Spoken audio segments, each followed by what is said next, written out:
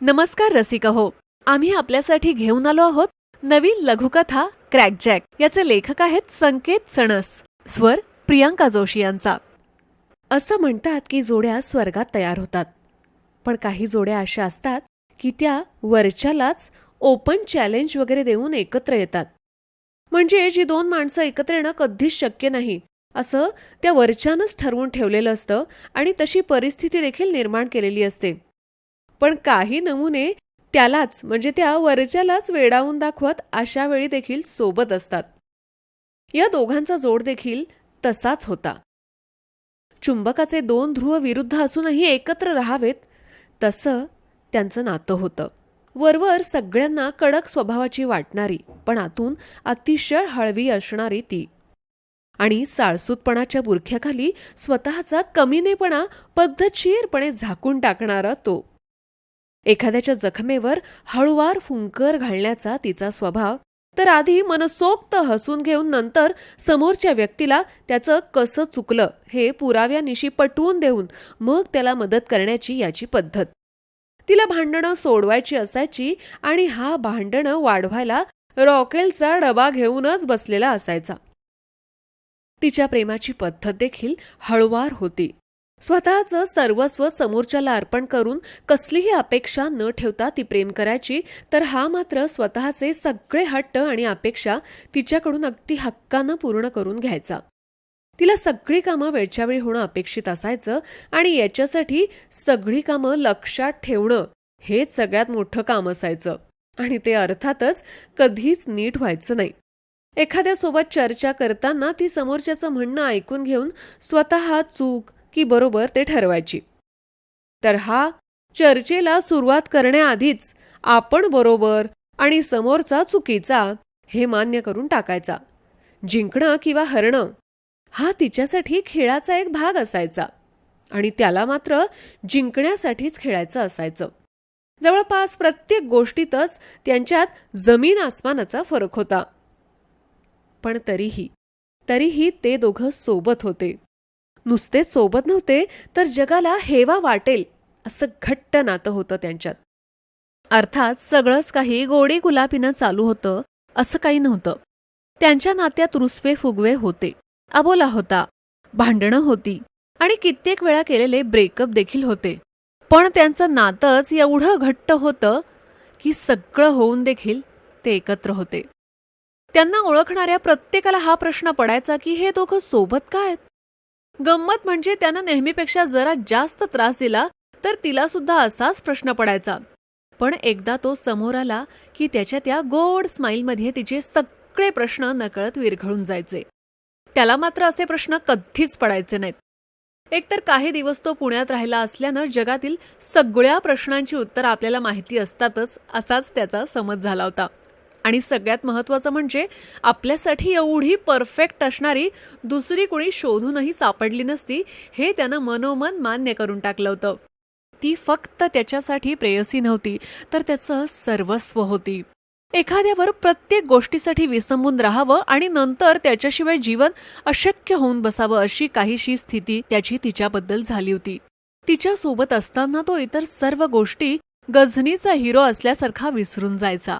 कामाचा ताण, घरच्या अडचणी, रोजच्या कटकटी तिला बघता क्षणीच गायब व्हायच्या आणि ओठावर मस्त स्माईल यायचं.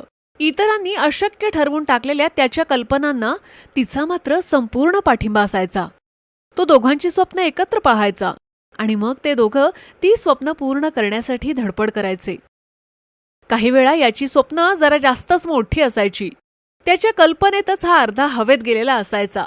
मग त्याला वास्तवाच्या जमिनीवर आणण्याचं अवघड काम तिलाच करावं लागायचं, आणि तेही त्याला अजिबात न दुखावता. त्याच्या आयुष्यातील कुठलाच निर्णय तिला विचारल्याशिवाय घेतला जाणं शक्य नव्हतं. अगदी ॲसिडिटीच्या उपायापासून ते करिअरच्या निर्णयापर्यंत प्रत्येक गोष्टीत त्याला तिची गरज लागायचीच.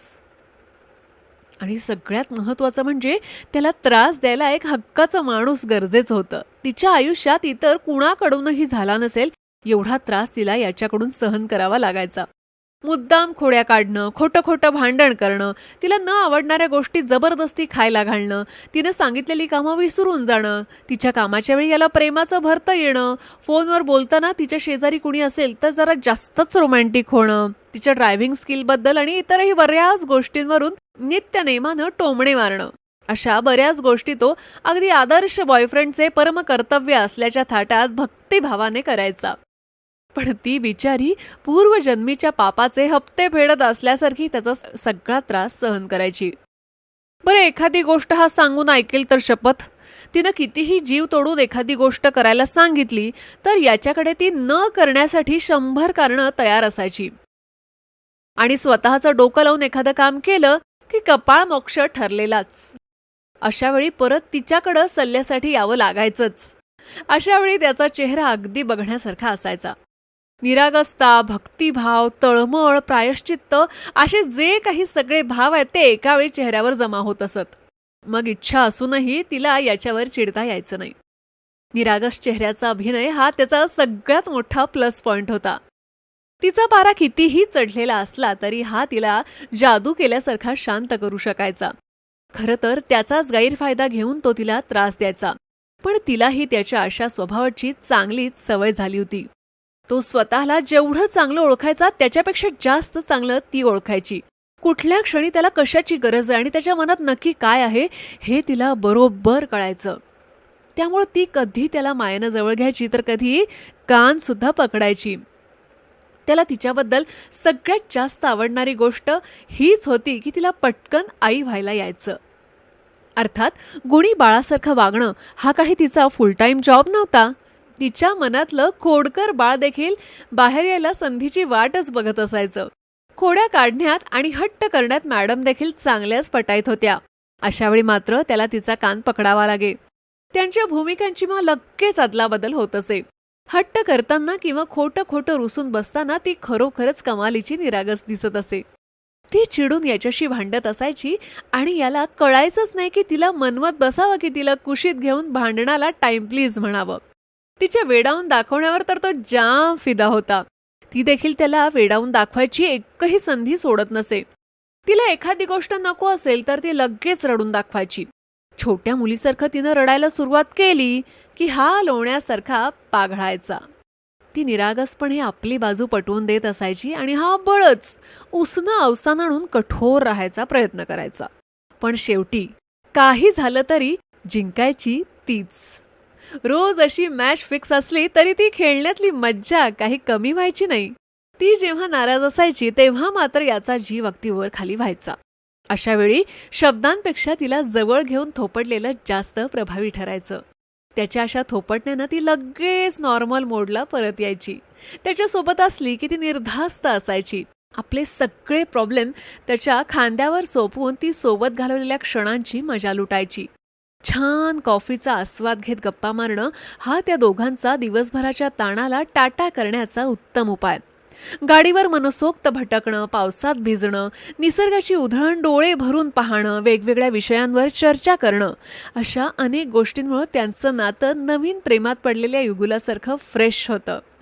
ते दोघं खूप मस्ती करायचे, खूप फिरायचे, खूप भांडायचे, कधीकधी तर मारामारी सुद्धा करायचे आणि खूप स्वप्न देखील बघायचे.